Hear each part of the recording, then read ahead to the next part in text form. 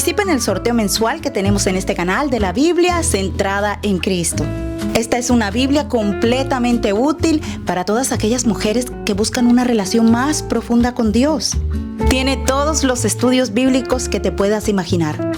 Lo único que tienes que hacer para participar es estar suscrito en este canal, darle like, hacer un comentario acerca del video que estás viendo, compartirlo en tus redes sociales, así que no te pierdas la oportunidad de tener esta linda Biblia en tu casa.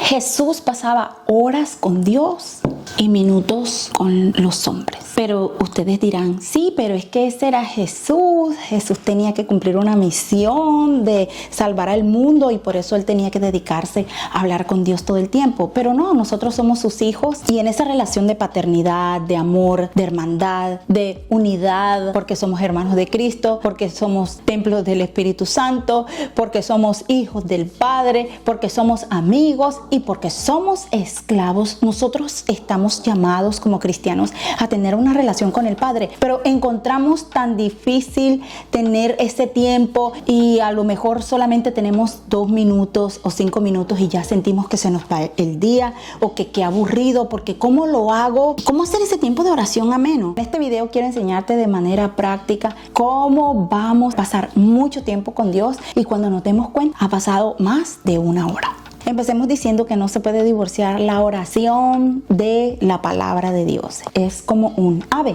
El ave necesita 2 alas para poder volar. Y aquí tenemos en esta parte la oración y aquí tenemos la palabra de Dios.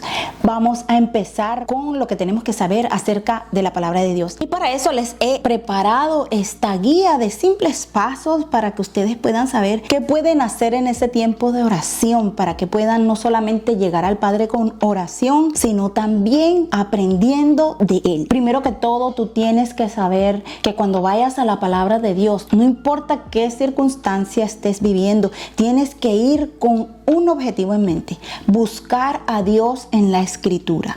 Cuando tú buscas a Dios en la Escritura, te empiezas a perder a ti mismo y ya tu tiempo empieza a menguar y no va a ser tan difícil. Vas a leer el pasaje con tranquilidad. Después de que hayas leído este pasaje, yo creo que cuando leemos con detenimiento, primero que todo vamos a tratar de callar la mente en oración. Señor, antes de leer, antes de empezar esta lectura bíblica, por favor, calla esa mente, dile mente, cuerpo, alma, espíritu. Ahora nos vamos a meter a la palabra y es con tranquilidad y calma, porque en el momento que estamos leyendo, entonces viene lo que tenemos que cocinar, tareas que tenemos que hacer, se me olvidó llamar a fulana de tal, y en ese momento es la avalancha de todo lo que tienes que hacer. Entonces hay que callar la mente. Y la primer ala es la palabra. De Salmo 25, por ejemplo, miren aquí que yo aquí resalté cualidades importantes. Del 4 al 6 yo veo que David, siendo rey, no tenía esas ínfulas del gran hombre de Dios ni nada de eso, sino que él era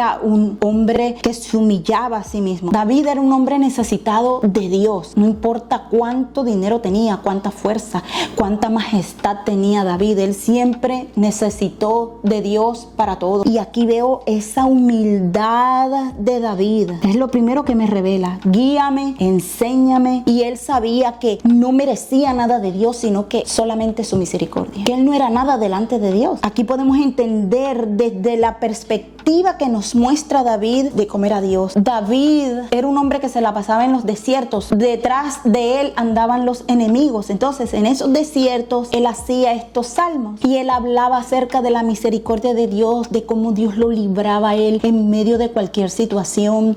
Él hablaba acerca de que él no tenía temor de los enemigos. Eso es lo que estamos viendo del carácter de Dios. Porque es importante incluir la palabra, porque ahí vamos a tener una idea clara de quién es Dios y no basado en un misticismo. Y luego él sigue hablando, dice que sus caminos son de justicia y verdad. Él se mantenía en los caminos de Dios y reconocía la justicia de Dios, reconocía la verdad. Y cuando estamos nosotros en la palabra nos podemos traer versículos de otras partes. ¿Cómo era ese Dios de misericordia? ¿Cómo era ese Dios de la verdad? ¿Se acuerdan cuando Jesús tuvo ese encuentro con la samaritana? Le dijo la verdad en su cara, le dijo la verdad con amor, pero no le dijo dijo lo que ella quería oír. Jesús le dijo a ella lo que ella necesitaba escuchar para ser libre. ¿Dónde está tu marido? O sea, se sintió descubierta y les desvía la conversación. Cuando uno se siente descubierto de los pecados, nos desviamos de la conversación, y eso es lo que hace la palabra. Nos evidencia el pecado. Mire, lo que más juzga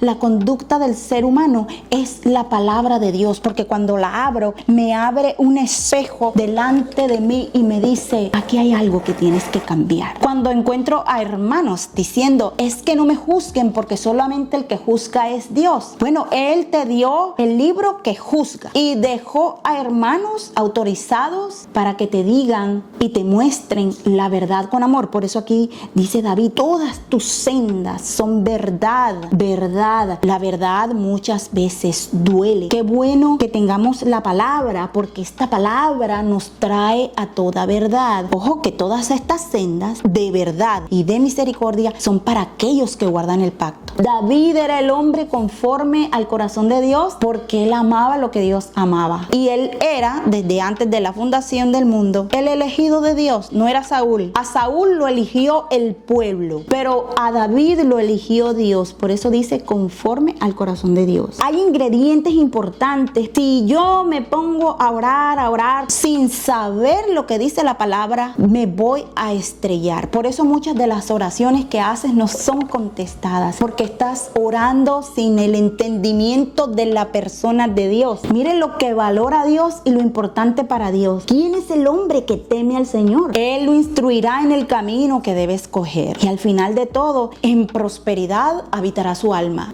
Este es el requisito más importante. El número 3, aquí tú te vas a preguntar, lo vamos a ver un poquito más adelante en la oración, ¿qué es necesario cambiar y cómo puedo agradar a Dios? Mire que el 12 aquí está hablando del temor de Dios. Cuando esta palabra se empieza a revelar en nosotros, esta es la palabra que nos empieza a cambiar y vamos a empezar a querer más de Dios. Por ende vamos a pasar más tiempo con Dios. Díganme ustedes si una mujer virtuosa no necesita tiempo para convertirse en una mujer sabia. Muchos de ustedes que fueron a la universidad no tuvieron que pasar 5, 6, 10 años estudiando una carrera, especialización, etcétera, porque todo requiere tiempo. Yo siento que Dios no me oye. Cada vez que tú dices ese tipo de afirmaciones, te pones en evidencia que no tienes ni idea de lo que estás hablando porque no abres las páginas de la Biblia. Dios me da la dirección de ven a mí, siéntate conmigo, ora, lee la palabra. Yo elijo al final qué es lo que quiero hacer. Si usted se ve normalmente en problemas, en situaciones, es que esta situación no cambia, es que esto no sé qué. Si tú realmente quieres tomar el tiempo y el esfuerzo, tú en una semana, te lo aseguro, que empezarías a ver cambio. Y dice, los secretos del Señor son para los que le temen. Y los secretos son exclusivos de los que tienen amistad. Y los que tienen amistad buena son los que conocen. Y los que conocen son los que se sientan en ese tiempo de más de una hora. Y aquí termina David hablando. Dice, vuélvete a mí, Señor, ten piedad, perdona. Y veo la humildad de David a través de todo este capítulo. Y nos enseña que es necesario tener el temor de Dios porque eso es lo que Dios valora. Entonces, ya con ese conocimiento que tengo de la lectura, voy a pasar en el número 3, que dice que necesito cambiar y cómo puedo agradar a Dios. Ya lo sabemos. El 4, hacer de la lectura una prioridad diaria. Y el número 5 termina con un tiempo de oración. Y es poner en práctica todo lo que ya vimos. La segunda ala, la importancia de la oración. Entonces, lo que yo hago, y obviamente esto ya es muy personal, pero para darnos como una pequeña idea, es bueno tener en cuenta lo que está en la Biblia. Aquí están los cuadernitos. En un momento les voy a hablar acerca de esto para saber cómo participar, para llevar a la práctica todo lo que hemos aprendido. Los discípulos le dijeron a Jesús, enséñanos a orar. Evidentemente ellos no tenían idea acerca de por qué Jesús oraba tanto. Aunque ellos eran judíos y sabían qué era lo que pasaba en la ley, ellos sabían la ley y también sabían que muchos de sus antepasados oraban. Cuando Jesús les enseña la oración, les enseña una oración sencilla, la oración del Padre para orar a su Padre Celestial. Quiero hacerles énfasis en algo. Jesús no se inventó una oración diferente de las las oraciones de los hombres que Dios usó a lo largo del Antiguo Testamento. Si ustedes ven las oraciones de Moisés, las oraciones de Abraham, David,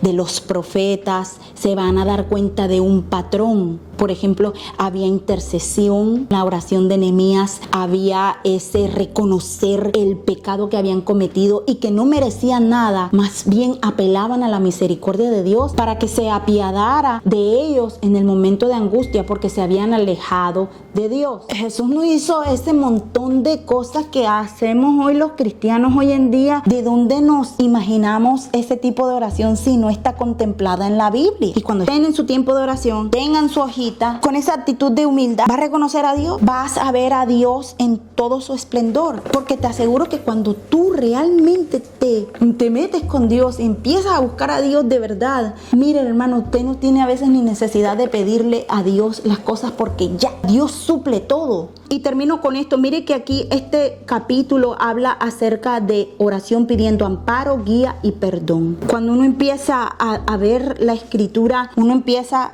a hablar en voz alta y empieza a decir, Señor, guíame en tu verdad, como a repetir las palabras, y empiezas a meditar en las cosas, empiezas a meditar en tu pasado, cómo Dios ha sido bueno en tu pasado, cómo no te ha dejado caer, cuánto más va a ser en tu presente. Tú contrastas la realidad que vivía David aquí y cómo David salió adelante y Dios le dio la victoria para con sus enemigos. Y así, para terminar, tú puedes pasar una hora en la lectura